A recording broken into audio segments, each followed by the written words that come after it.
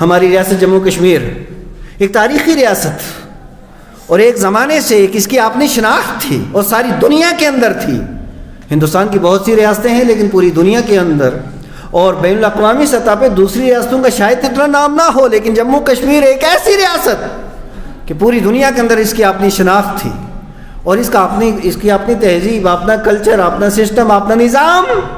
موجودہ گورنمنٹ آئی سب سے پہلے اس نے وہ شناخت اس کی ختم کر دی جو 370 اور 35 سے اس کی شناخت تھی، وہ اسے ختم کر دیا. ختم کرنے کے بعد لوگوں کو بڑے بڑے تقریریں کی گئیں، جھانسے دیے گئے، ہم یہ کریں گے، وہ کریں گے، یہاں تعمیر ہوگی، یہاں ترقی ہوگی، یہاں ڈیولپمنٹ ہوگی، یہاں یہ بنے گا، یہاں وہ بنے گا، یہاں پہ کارخانے کھلیں گے، پتہ نہیں کیا کیا ہوگا. بولو ایمانداری سے یہ سب بکواس ہوا تھا کہ نہیں ہوا تھا؟ سب کچھ ہوا تھا. اور ہم اس وقت بھی یہی کہتے تھے کچھ بھی نہیں ہونے والا، نہیں یہ کرنے والے ہیں.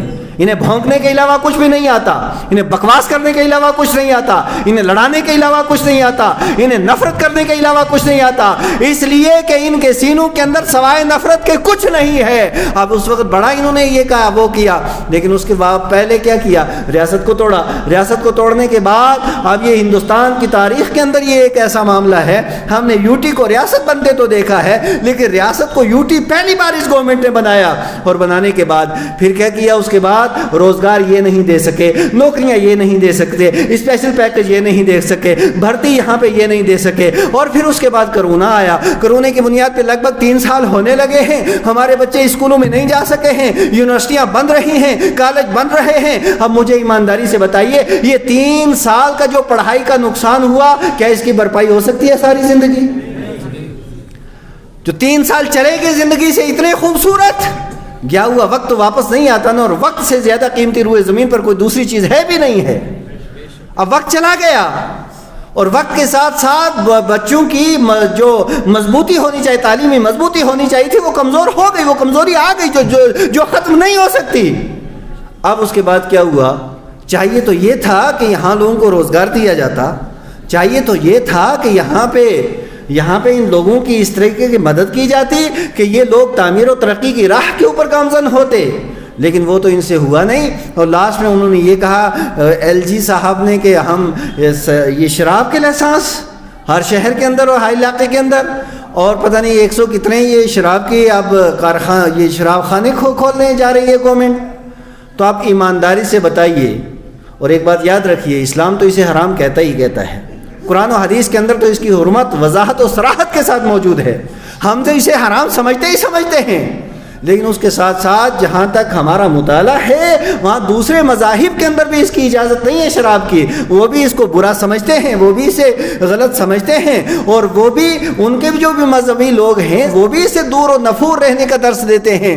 اس کے ساتھ ساتھ مجھے ایمانداری سے بتائیے کہ جس سماج کے اندر شرابی ہوں گے وہ سماج سکون کے ساتھ رہے گا، جس علاقے کے اندر شرابی رہیں گے اس علاقے کے اندر امن ہوگا، جس گھر کے اندر شرابی ہوگا اس گھر کے اندر سکون اور چین ہوگا.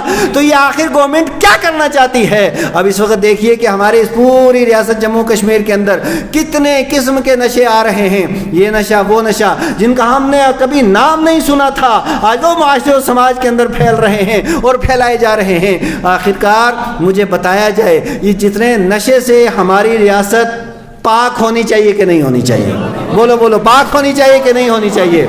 مینڈر کے علماء نے، سرن کوٹ کے علماء نے کوشش کی، وہاں کے نوجوانوں نے اور وہاں کے تمام جتنے بھی لوگ تھے وہاں کے بسنے والوں نے، انہوں نے محنت و مشقت کی، اور محنت و مشقت کرنے کے بعد انہوں نے قد و کاوش کی اور وہاں سے شراب خانے بند کروائے.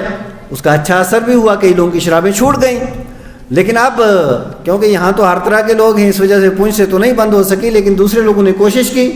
اب پھر اس کے بعد بڑی مشکل کے ساتھ ان لوگوں نے بند کی. تو اب پھر یہ گورنمنٹ کیا کرنا چاہتی ہے؟ اب گجرات کے اندر بند ہو سکتی ہے، بہار کے اندر بند ہو سکتی ہے. بولو ہمارے یہاں سے بند ہونی چاہیے کہ نہیں ہونی چاہیے؟ ہم تو یہ کہہ رہے ہیں کہ جو شراب خانے کھلے ہیں وہ بند ہونے چاہیے. یہ کون سی بات ہوئی کہ نئے شراب خانے کھول کر کے قوم کو تباہ و برباد کیا جائے اور یہاں کی ریاست کے لوگوں کو برباد کیا جائے؟ میرے پیارے اسلامی بھائیوں، میں آپ حضرات اگر میری اس بات کی تائید کریں تو ایک بات کہتا ہوں کہ اگر گورنمنٹ نے یہ فیصلہ واپس لیا تو ٹھیک ہے، اور اگر یہ فیصلہ گورنمنٹ واپس نہ لے، کیونکہ ہردرم تو یہ ہیں ہی نا، اب ایمانداری سے بتاؤ کہ ہمیں میدان میں آنا چاہیے کہ نہیں آنا چاہیے؟ زور سے آواز آئے آنا چاہیے کہ نہیں آنا چاہیے؟ اب پھر میدان میں بھی آنا پڑے گا اور اس کے ساتھ ساتھ تحریک چلانی پڑے گی، کیونکہ یہ آگے نسلوں کا مسئلہ ہے۔ ہم تو شراب کی طرف دیکھنا گوارا نہیں کرتے ہیں، ہم تو شراب اور پیشاب کے اندر فرق ہی کوئی نہیں کرتے ہیں، بلکہ اس سے بدتر سمجھتے ہیں۔ لیکن کیا آپ اپنے بچوں کی گارنٹی دے سکتے ہیں وہ کل شرابی نہیں ہوں گے؟ کوئی دے سکتا ہے جب سوسائٹی اور سماج کے اندر یہ چیز عام ہو جائے گی؟ اس وجہ سے ضروری ہے کہ اپنے مستقبل کو اگر محفوظ کرنا ہے تو پھر آج لڑنا پڑے گا، میدان میں آنا پڑے گا۔ لیکن اگر اسی طریقے سے تماشا دیکھتے رہے اور اسی طریقے سے جو وہ سرخ جو سفید و سیاہ کریں بیٹھ کر کے اگر اس سب کو تسلیم کرتے رہے تو پھر تباہی دستک نہیں گھروں کے اندر گھس چکی ہے۔ اس وجہ سے اس تباہی سے بچنا ہے تو آپ کو بیدار ہونا پڑے گا۔ تو گورنمنٹ کو ہم بالکل وضاحت کے ساتھ کہیں گے کہ یہ ایسا کام نہ کرے، اور ایسا کام اگر کیا تو پھر اس کا انجام وہ خود سوچ لے۔